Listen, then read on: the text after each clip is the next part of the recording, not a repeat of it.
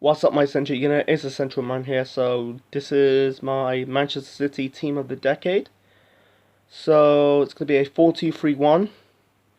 So in net, it's between Joe Hart or Ederson because both goalkeepers won the same amount of trophies. They both won the league title twice, the FA Cup once, the League Cup twice, and they won the Community Shield once. I'm gonna go with Joe Hart over Ederson. Like Ederson's haven't really been in the club that long. He's been in for like 2 years, but Joe Hart's been in like a decade. I think it was 2006, 2007, all the way to 2018 or 17. He's been in for a decade at the club. The first half of the decade he was good, man. He was really good. Going to be, he's in the first half he's got to be in the top, one of the top five best goalkeepers in the world. And then in the second half, his form completely dipped. He just went off the boiler. And Guardiola outed him out of Manchester. He had two loan spells at Torino and West Ham. He officially left Burnley. No, he officially left City in 2018 to go to Burnley. It's a damn shame. He was a good goalkeeper. He's part of Man City's start of their glory period of the beginning of the decade. So yeah, I'm gonna go Joe Hart in net. Ederson's good.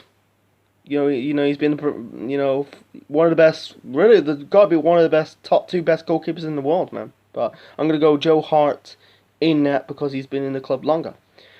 So yeah, a back four.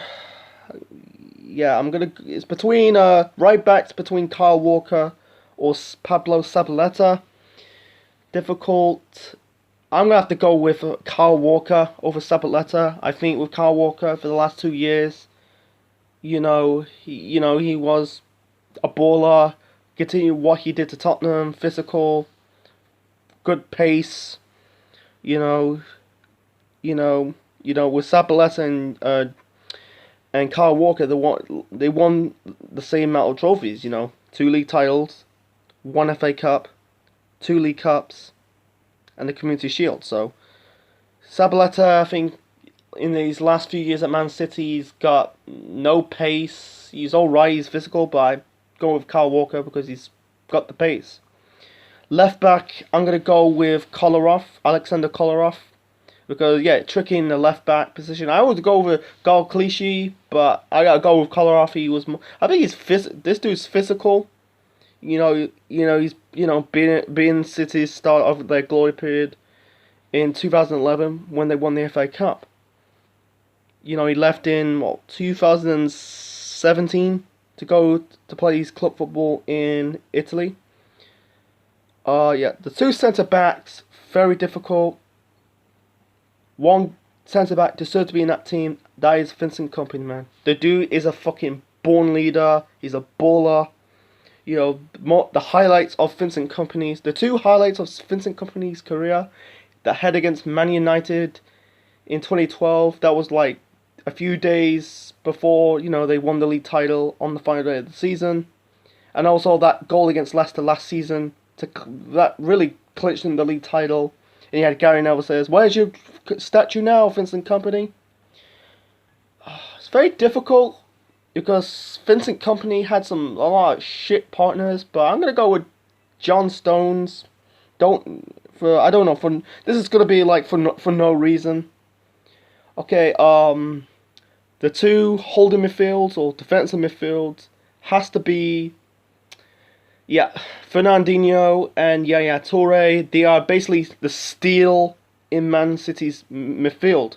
With Yaya Toure, he scored that winner in the FA Cup final in 2011 against Stoke to win them their first trophy in 35 years to kick off City's glory period of this decade. And Fernandinho, he just bring a lot of consistency. Since 2013, he has a lot of injuries, but brought a lot of consistency. He's very underrated in my opinion. Okay, though on the wings, I'm gonna go with Raheem Sterling and Kevin De Bruyne, and really David Silva.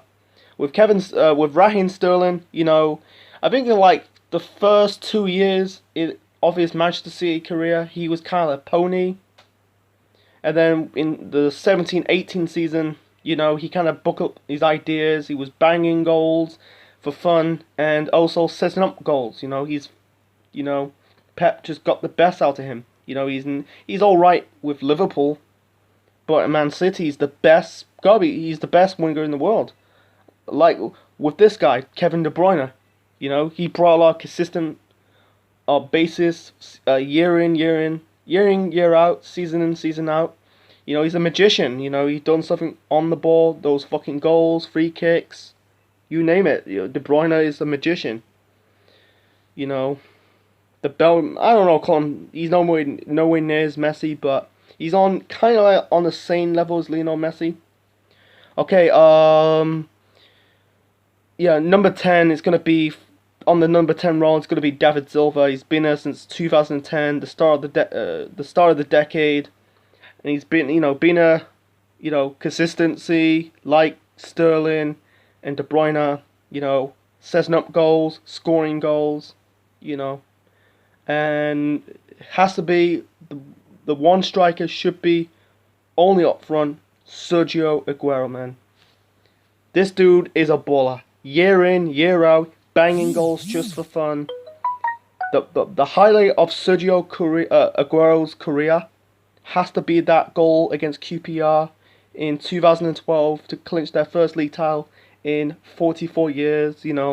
That game, Martin Tyler says, Aguero! That was fucking, for City, that is iconic. Very iconic. That memory, that moment, it won't be the same like this ever again, man. So